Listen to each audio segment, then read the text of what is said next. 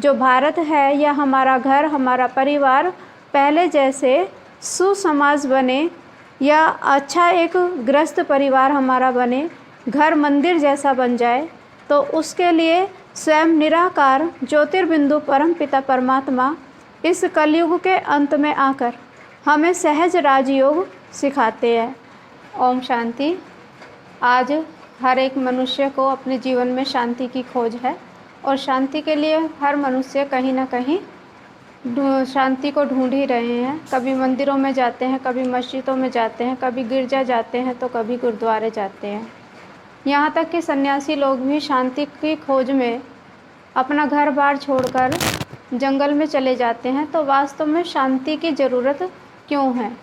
क्योंकि कभी ना कभी हमारे पास वो सच्ची शांति थी जिसे आज हम खो चुके हैं, इसलिए हम शांति की खोज में सदा ही भटकते रहते हैं।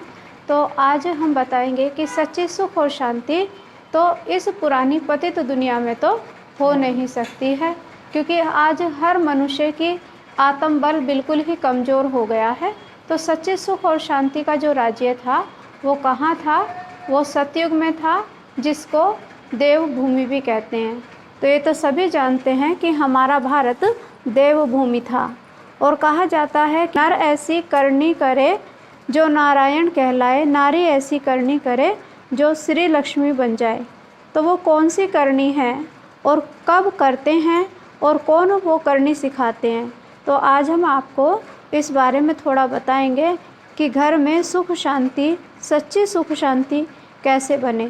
क्योंकि आज हम देखते हैं कि आज मनुष्य के जीवन में नैतिक मूल्यों का दिन प्रतिदिन ह्रास होता जा रहा है, जिस कारण से आज हर मनुष्य धन तो बहुत कमा रहे हैं, लेकिन कहीं ना कहीं नैतिक मूल्यों की कमी के कारण वृद्ध माँ बाप की संभाल नहीं कर पाते हैं और उनके मन में उनके प्रति वो सम्मान भाव भी उतना नहीं है जितना कि आज से पहले हुआ करता था।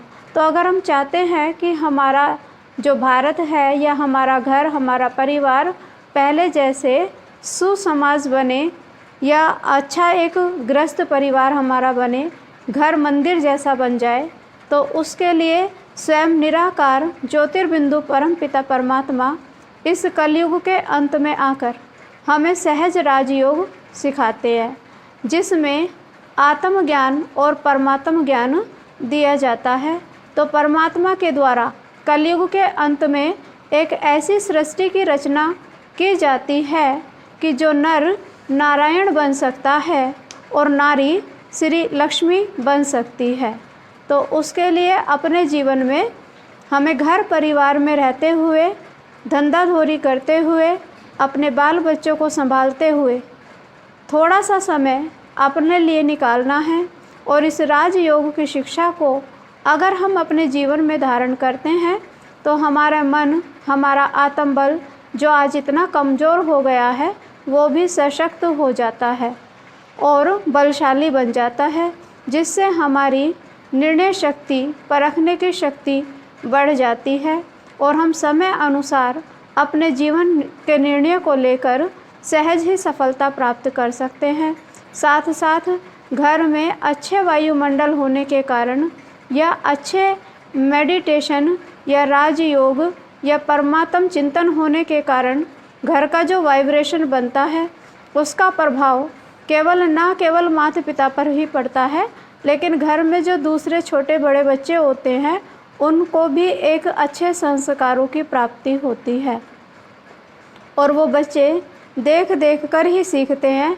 तो ऐसे अगर हम चाहते हैं कि हमारा घर भी मंदिर जैसा बन जाए या स्वर्ग जैसा बन जाए, जहाँ स्नेह हो, प्यार हो, सुख हो, शांति हो, तो अगर हम चाहते हैं कि ऐसा हमारा परिवार हो, तो उसके लिए हमें अपने स्वभाव संस्कार को थोड़ा सा परिवर्तन करने की ज़रूरत है। उसमें हमें अपने मन को सही दिशा देने की आज आवश्यकता है, जो स्वयं परम पिता परमात्मा हमें सिखा रहे हैं।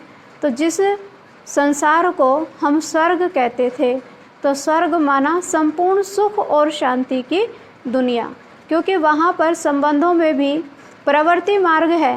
परिवार तो हैं, जहाँ पर श्री लक्ष्मी और श्री नारायण का राज्य होगा, लेकिन परिवारों में स्नेह होगा, प्यार होगा और सुख शांति संपन्नता से भरपूर होगा। आज हम देखते हैं कि इस कलयुग की दुनिया में मनुष्यों के पास कई जगह धन और सुख साधन तो बहुत हैं, लेकिन मन की शांति और आपसी मनों में कलह कलेश सदा ही बने रहते हैं। तो उन कलह कलेश को ख़त्म करने के लिए हमें थोड़ा सा समय अपने लिए निकाल कर अपने जीवन में दिव्य गुणों को भरना होगा। ये प्रयत्न हमें स्वयं से करना होगा। ये एक ऐसी दुनिया है जो स्वयं परम पिता परमात्मा ही रचते हैं और परमात्मा इस नई सृष्टि की रचना कर हमें पूर्ण रूप से खुशहाल बना देते हैं। वहाँ की हवाओं में शीतलता है और खुशबू है, तो जिससे ना केवल एक घर में अगर हर मानव थोड़ा थोड़ा प्रयास करे और अपने जीवन में इन नैतिक मूल्यों को धारण करने के लिए थोड़ा समय दें, तो हम देखेंगे कि हमारा जो देश है, हमारी जो पुरानी सृष्टि है, ये फिर से सतयुगी सुख शांति में दुनिया बन जाएगी और फिर से हमारे देश में भरपूरता, संपन्नता और संपूर्णता प्राप्त हम कर पाएंगे। तो आप अगर चाहते हैं कि हमारा परिवार, हमारा देश इतना खुशहाल बने, तो आप इसमें भागीदार बन सकते हैं, क्योंकि ये समय बहुत कम है और अभी नहीं तो कभी नहीं।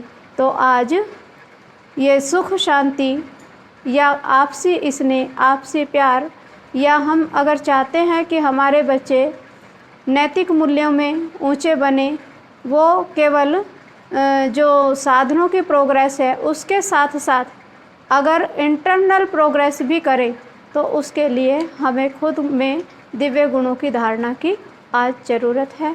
तो आप जैसा चाहें अपने जीवन को बनाना वैसा बना सकते हैं। ओम शांति।